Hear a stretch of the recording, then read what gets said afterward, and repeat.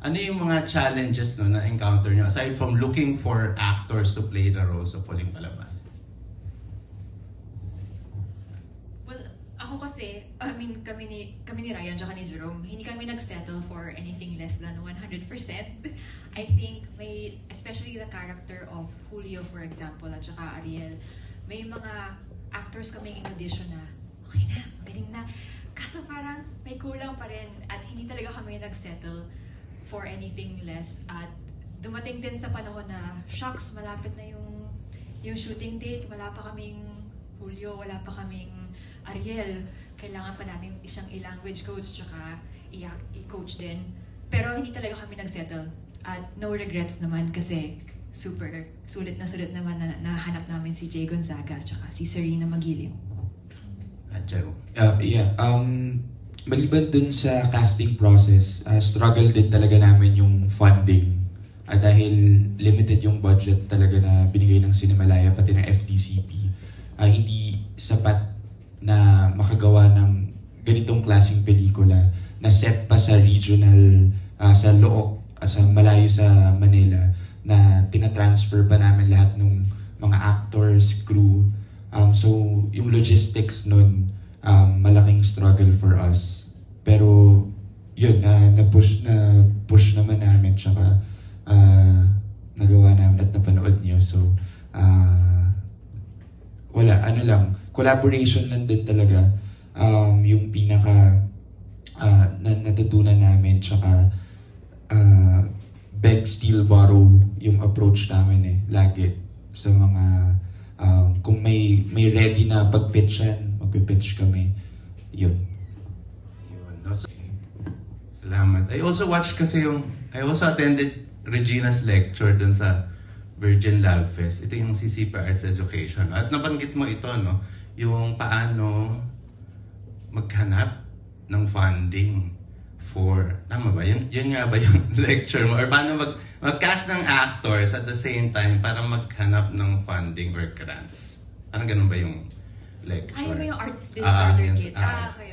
Ayun. So, I would just like to ask, kasi binanggit mo tong Huling Palabas. Tapos nung umatenda ko nun sa Virgin Lab Fest, wala pa akong idea nung Huling Palabas kasi wala pa naman Cinemalaya noon tayo ng lecture, no? So, dun sa, what did you learn, no, from your experience dun sa pag-raise ng funds, paghanap ng grants, no, and looking for actors for Huling Palabas? To be honest po, hindi po ako, at least sa film na ito, hindi ako masyadong naging in charge sa paghahanap ng grants. Mas si Ryan at saka si Jerome yan, saka yung mga producers. I remember helping Ryan write a grant letter, and then yung may inorganize si Jerome tsaka si Ryan na isang fundraising activity na tinatawag na trilogy o yung tatlong dula ni Ryan kung saan kinodirect namin yun ni Jerome. So to be honest, mas sa acting coach and intimacy coordination talaga ako naging in charge sa film na ito, hindi sa pag-raise ng funds. So that just being transparent. Pero I could say na I'm really, really glad that Ryan chose to go rogue in this film kasi dahil doon nagkaroon siya ng creative control sa pag-cast at saka sa script at saka sa pag-direct at saka pag-make ng creative choices kasi there's no big producer telling Ryan what to do. At yun lang, dahil may creative control si Ryan, yung downside nun ay kinailangan ni Ryan maghanap ng pera. So I'm just watching from the sidelines how challenging it must be for him and his team in finding money, grants, fundraising through an event, tsaka merch. So kung gusto niyo rin kami tulungan, bilhin mo rin ako rin palabas merch sa labas. At yun lang, pero I would say, sana, I don't think that, I haven't tried directing my own film yet, but I don't think I would sacrifice creative control for money. Hindi mo mapapalit yun eh. So I think, from my vantage point, I would say, if I would direct my own film, I would do what Ryan did. Yun yung pinaka-takeaway ko. So, lang namin, introduce lang namin si Jay Gonzaga as Julio at Serena Magiliw as Ariel.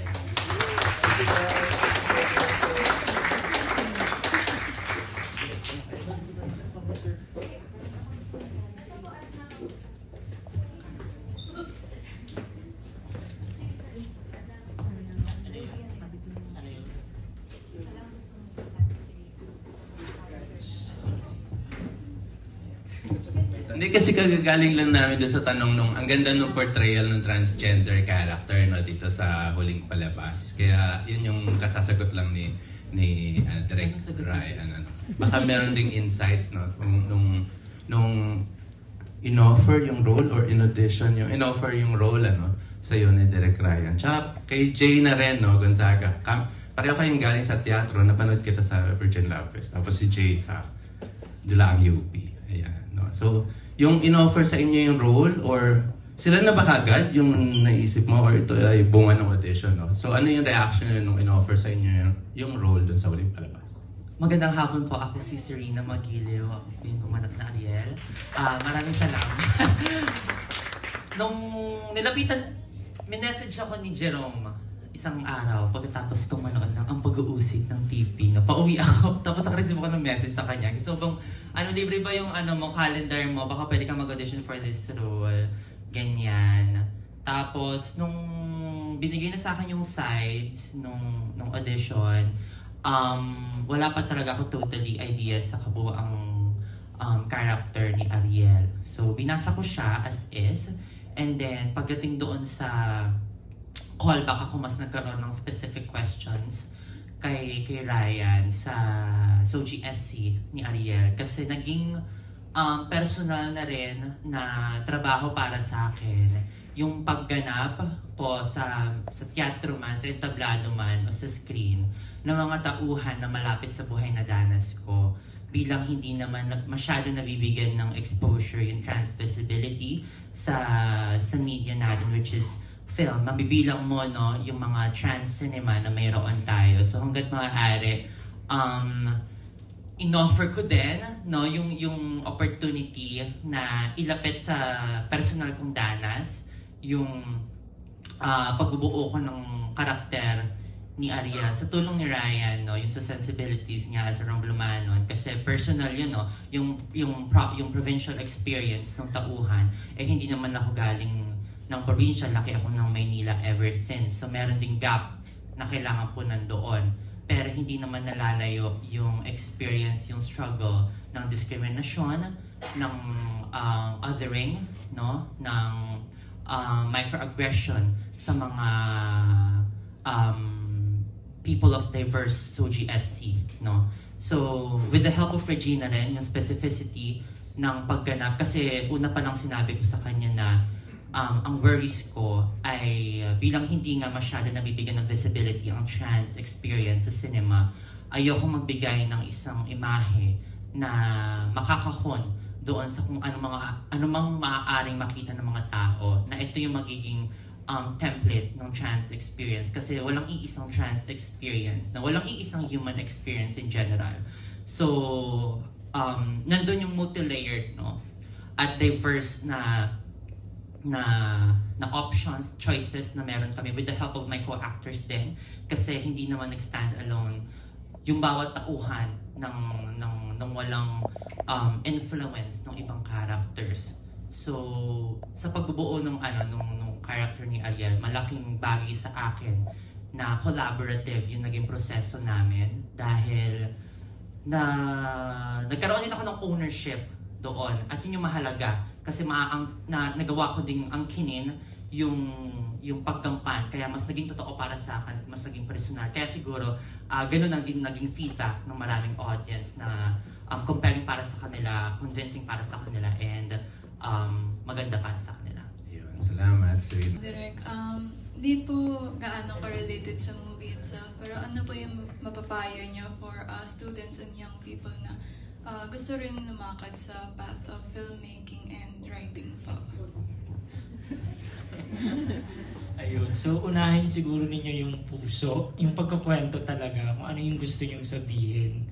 Kasi yun nga, parang ito, labor of love. Tapos nagawa namin kasi ako personally gusto ko yung story, at parang nag-rub off na rin sa iba na nagustuhan nila. So, yun yung pinaka-core nitong ginagawa. Yung magandang istorya, personal, at may puso. Yun. Tapos, siguro make sure na mayroon kayong collaborator na maaasahan nyo. Kasi ang paggawa ng pelikula isang collaborative work, hindi nyo kaya mag-isa. So yun, mag-ipon kayo ng mga trusted people para sa inyong journey. So yun siguro yung basic na maipapayo ko sa mga young filmmakers. May dagdag lang ako. Maliban doon, maganda yung sagot ni Rai. Pero isa sa pinaka-importante rin, maging mabuti kayong tao. Yun yung kailangan talaga ng industriya ngayon.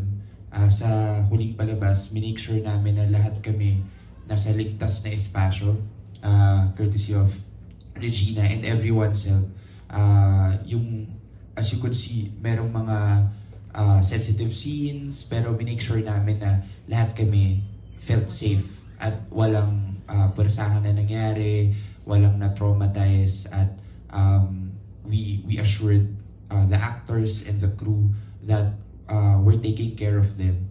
And I think if you have that mindset into creating art, not just films, mas magkukultivate pa at mas gaganda pa yung industriya at yung mga malilikha natin kasi may puso, sabi nga ni Rai, at nanggagaling sa puso na may pakialam at may kabutihan at pagmamahal.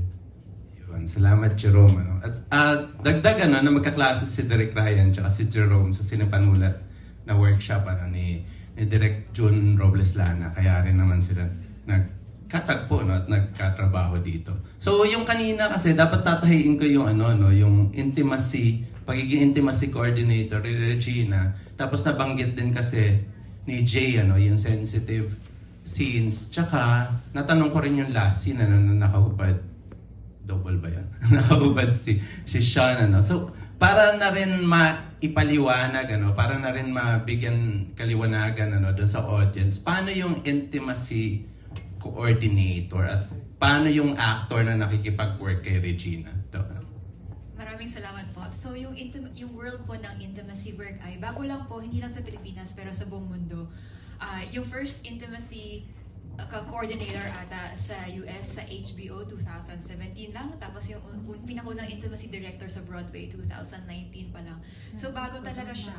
At ano bang trabaho ng intimacy coordinator? Isa siya parang liaison between the actors at saka the production for scenes that require nudity, hyper-exposed work, or intimate physical contact. Ngayon, ipapasalamat ako kay Ryan na naging priority niya ang safe spaces. So, nag-hire siya ng intimacy coordinator. At importante yun kasi, kung alam nyo, maliit lang yung budget na binigay kay Rai, pero hindi yun naging hindrance para mag-make ng space para sa isang need na to sa production. At saka gusto ko rin i-echo yung sinabi ni Jerome. We shot this film in 8 days. Tapos, may breaks pa yun in between, tapos mga 13-14 hour lang yun, di ba? Pero we were still able to close the set kung kailangan mag-close the set, magbawas ng tao. So sana, gusto ko rin malaman ninyo na example to ng huling palabas na kayang gumawa ng magandang pelikula while still practicing care-based practices.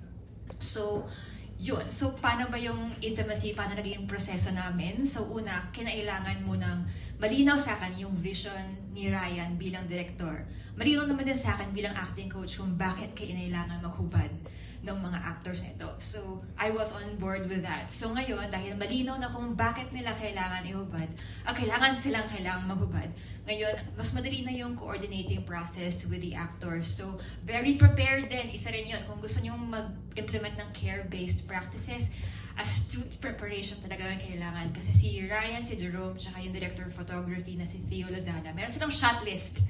Nag-shotlisting sila. So, dahil nag-shotlisting sila, alam ko na yung klaseng shots na kailangan nila para sa mga sensitive scenes. Alam ko na kung ano yung level of exposure na i-require nila para sa actors. So, nung nagkaroon ako ng intimacy prep call with the actors, alam ko na ito yung shot na kailangan. Yung specific talaga, para alam nila kung ano yung i-expect nila. Tapos, they can decide whether they could consent to that or not. Yun. At after noon, once... Paano naman yung